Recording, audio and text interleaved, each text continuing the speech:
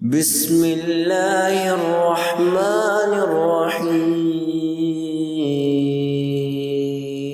وصیت میں اللہ رب العزت کی طرف سے وارثوں کے مقرر کردہ حصوں میں رد و بدل کرنا، کمی یا زیادتی کرنا حرام ہے، اور کبیرہ گناہ کا ارتکاب بھی۔ آپ صلی اللہ علیہ وسلم کا ارشاد ہے، اللہ تعالیٰ نے وراثت میں حقداروں کا حصہ مقرر کر دیا ہے، لہٰذا اب وصیت کے ذریعے اس میں رد و بدل نہ کیا جائے۔ ایک اور حدیث میں آپ صلی اللہ علیہ وسلم فرماتے ہیں، بے شک کوئی مسلمان مرد یا عورت 60 سال تک اللہ تعالیٰ کی عبادت میں لگے رہتے ہیں، پھر جب ان کی موت کا وقت قریب آتا ہے تو یہ مسلمان مرد یا عورت وصیت میں وارثوں کے حق میں اللہ تعالیٰ کے مقرر کردہ حصوں میں تبدیلی کر دیتے ہیں، اور اس طرح دونوں پر جہنم کی آگ واجب ہو جاتی ہے۔ لہٰذا وصیت لکھتے وقت وارثوں کے حق میں ظلم اور زیادتی سے بچا جائے۔ ابن کثیر رحمۃ اللہ علیہ فرماتے ہیں، وصیت میں اللہ رب العزت کے مقرر کردہ وارثوں کے حصوں میں رد و بدل کرنا دراصل اللہ رب العزت کے فیصلے اور تقسیم پر اعتراض کرنا ہے،